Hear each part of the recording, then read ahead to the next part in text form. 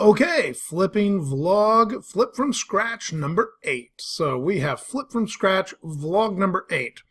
Now, what I want to do now is I want to go back, and while we've been talking about definitions and highfalutin education things, the little elves for my flip classroom have been working on getting this in an actual usable format.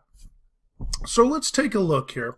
Let's go back, and you'll notice I've given myself a nice title that fits in with the rest of the digital book that I'm using for my flip class. I've put in the two components of content because I took the one larger video, broke it down into smaller chunks, and then I put the interaction pieces inside that. I also have the notes that went along with each of those pieces of content, and I even have homework. Now, the homework for this section, I decided since we were going all the way from a board and book kind of intro flipping style, I would go literally directly from the textbook that goes along with this class. Now, I don't use the textbook, but if you have a textbook and that's what you're used to and that's what your resources have been based off of at this point, don't reinvent the wheel. You'll notice that even in the video content that I did, I used the same demonstrations I would have in class. I just used them in the video so it was like more hands up, more up close. Here, I don't know that I would necessarily use this particular homework given the druthers, but since we're kind of doing it kind of basic early style, I literally took my cell phone, went to the book, took a picture of it, used the fact that as a teacher I have some flexible copyright usage because I'm not selling this to anybody. This is just for my kids. And I put it right in there. They have books of their own, by the way. They could look it up if they wished. But they have this little set of 10 problems. Now, by the way, how much homework in a math class? 20 problems I can guarantee is starting to get too many. 30 is too much as well, unless they are super basic or super duper critical. For example, radians to degrees, degrees to radians, it's very quick, and also they need practice, practice, practice, practice. But there are actually very few of those situations, even in math class, where we need to be doing 30 problems a night. That's silly. Okay, so in this case, I have 10 problems here. If they can do these 10, I can be pretty confident they're going to be okay. Now, that's also why I actually do homework a little bit differently, and I'll get to that here in just a little bit. But I went ahead and I just literally used my cell phone, took a picture, brought it in, put it into my Google Drive, and now I put it as part of the online book. So we did that. And then the next one I said, part 2, here we go. Here's the notes for that. And here's the homework for that. Now, just for fun, let's move this over here. And actually, this idea up here, the due date for when something is due, was actually a suggestion made earlier this year by a student. And so they kind of like, and all I have to do is, if it's always up in the corner, all I have to do is adjust the date. And if in class we don't get as far as we want, I can adjust it super duper easy. So again, by having a digital platform versus like a notebook platform or 3-ring binder style, the digital, you can add infinite components into it. You can take things out of it. You can adjust them. You can move them around. You can combine them. You can separate them. It's infinite because it moves around. There's no investment of paper on this. Now, let's also talk about access. One of the biggest concerns that people have with the flipped classroom is access. What if my students, what if I'm not one-to-one? What if I have students without access?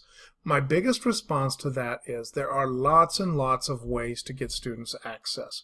One way I used to do it is I used to have outside my room just orange blocks of wood with a hole drilled through it that said this is a pass for any student who has this pass to watch Mr. Moore's face, because all my faces are in my video, on any school computer.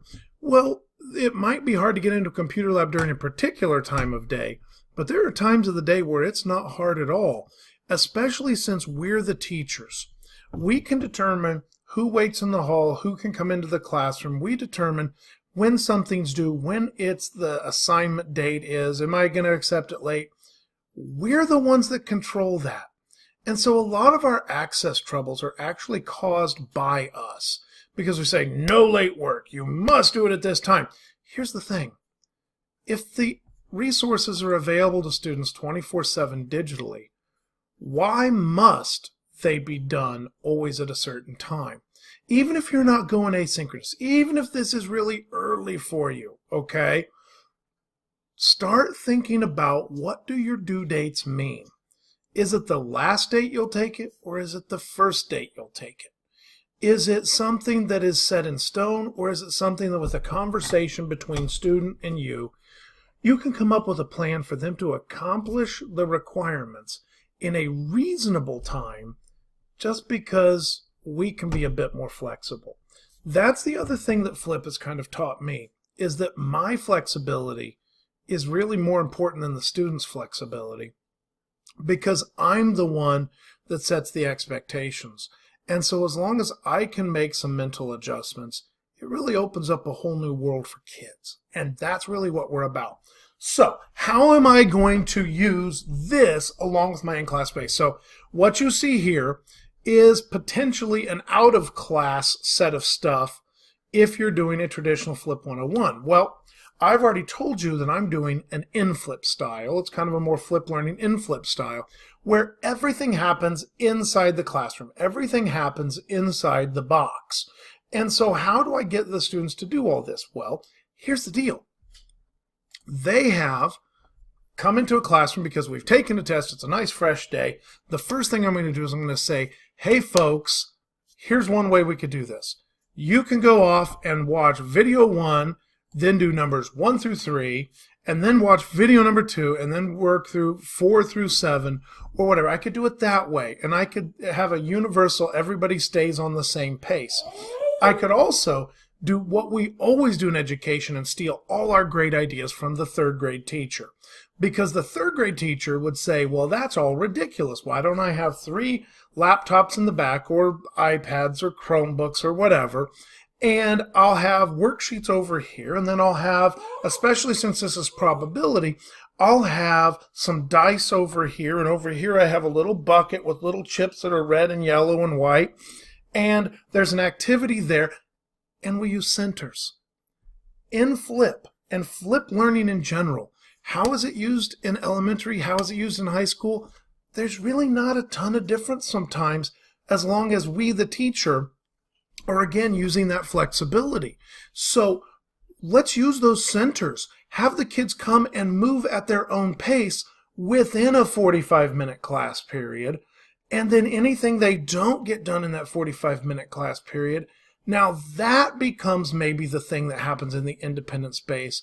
Or if it's something that requires group space or lab space or something like that, then maybe it's moved to tomorrow, because again, we're being flexible as long as the students are productive. And the best way you'll know this is, instead of standing at the front of the room talking at students, you're going to be wandering around working with students and having conversations. And that's how you're going to be able to differentiate learning. That's how you're going to be able to control the schedule. That's how you're going to maintain classroom management, because if students are engaged, they're far easier to manage. So how is it actually going to work in my classroom? Well, to be honest, I have a number of students that have some attention span challenges, but also have some behavior challenges as well. So the centers idea is not going to work probably for my particular classroom with my particular students. So this will be given on test day. Have them watch the video, but I know darn good and well many of them are not going to watch the video because, again, we've talked about organizational, executive functioning, behavior, yada, yada, yada. So I am going to have that opportunity with headphones, because the easiest way to take a student who is in the group space and put them in the independent space is not to remove them from the classroom, is to give them a set of headphones. Because if they have headphones, they have now entered their personal space. And if you've seen any kid with any digital device and a set of headphones, you know they're out to lunch. They are in their own world, and it will take a lot for you to interrupt that own world. So let's use it to our advantage. Let's put them in their own independent space so they can do that. For those students that are ready, Maybe we have a homework assignment, homework that they can work on in class, a more traditional practice component. That's what we call it a practice component. And that's already ready for them to go in class because they are ready. But more than likely, I will start the class with about 5 or 8 minutes of direct interaction and direct lecture because, ladies and gentlemen, lecture is not bad. 45-minute lecture onlys are bad. 5 or 8 minutes of bringing to surface that prior knowledge, giving them the scope and plan for the next day or 2 days, which even though you're going to have to give it to them the next day after that, it's a good idea. Talking about some examples, walking them through something that they're going to be doing, maybe that manipulative, because I'm going to do some manipulatives with them. I'm also going to take, since this is probability, I'm going to ask them to give me a topic. And then we're going to develop an in-class survey that we could do or some data that we could gather and take a tape measure and maybe measure some folks' heights. Or we're going to do some activities that gets them up and around, but also is well contained and that I can address the various needs of the various students. But we're going to work together for a little bit because that's why we're in the classes, to be together. Then we'll break them off into smaller groups where they can potentially work together in smaller groups. And if necessary, we can send them into their independent space with some of the resources that we've provided when they're ready.